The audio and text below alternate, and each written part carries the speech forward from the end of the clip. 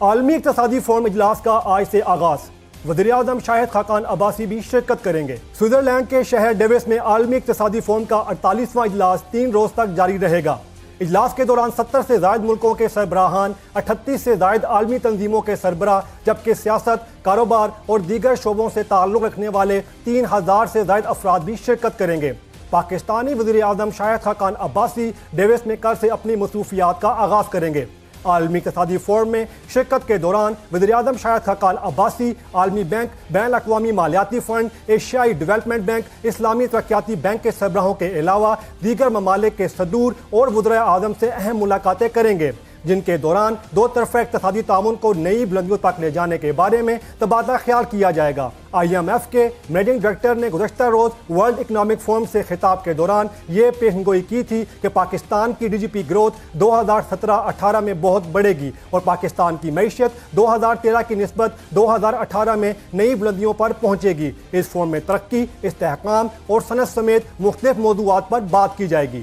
وزیر اعظم شاہد خاقان عباسی نے کہا ہے کہ امریکہ نے امداد روکی تو دہشت گردوں سے لڑنے کی ہماری صلاحیت متاثر ہوگی، پھر ان دہشت گردوں سے امریکہ کو خود لڑنا پڑے گا۔ ٹرمپ کو گرم جوش پایا، ان سے بات کی جا سکتی ہے۔ ٹرمپ کے ٹویٹ کا رسمی مطلب نہیں، تاہم لہجہ ناقابل قبول ہے۔ اس سلسلے میں دیکھتے ہیں ہم سب ٹی وی کی یہ رپورٹ۔ وزیر اعظم شاہد خاقان عباسی نے امریکہ کو خبردار کیا ہے کہ اگر امداد روکی گئی تو دہشت گردوں سے لڑنے سے متعلق پاکستان کی صلاحیت متاثر ہوگی اور پھر ان دہشت گردوں سے امریکہ کو لڑنا پڑے گا۔ غیر ملکی خبر رساں ادارے کو دیے گئے انٹرویو میں وزیر اعظم نے کہا، ہم نے دہشت گردی کے لیے امریکی لاجسٹکس کو آزادانہ نقل و حمل کی اجازت دی۔ اگر پابندیاں لگائی جاتی ہیں اور اتحادی فنڈ کی ادائیگی نہیں کی جاتی تو اس سے دہشت گردی کے خلاف لڑنے کی ہماری صلاحیت کمزور ہوگی۔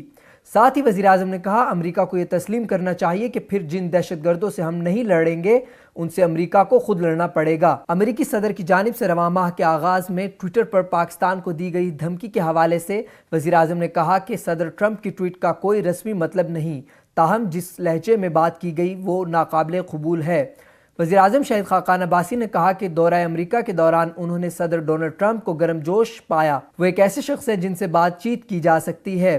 ساتھ ہی انہوں نے یہ بھی واضح کیا کہ جن خیراتی اداروں پر امریکہ نے پابندی لگائی ہے ان کا کنٹرول حکومت سنبھال لے گی۔ DGISPR میجر جنرل آصف غفور نے کہا ہے کہ جمہوریت کے ثمرات عوام تک پہنچتے رہیں تو جمہوریت کو کوئی خطرہ نہیں۔ اس سلسلے میں دیکھتے ہیں ہم سب ٹی وی کی یہ رپورٹ۔ ایک انٹرویو میں DGISPR کا کہنا تھا کہ سینٹ انتخابات الیکشن کمیشن نے کرانے ہیں، فوج کا اس میں کوئی کردار نہیں۔ ترجمان پاک فوج نے بلوچستان میں حکومت کی تبدیلی میں کردار پر وزراء کے بیانات کا جواب دینے سے انکار کرتے ہوئے کہا کہ ملک میں جو بھی تبدیلیاں ہوئیں سیاسی عمل کے ذریعے ہوئی۔ آرمی چیف نے ہمیشہ کہا کہ وہ آئین پر یقین رکھتے ہیں۔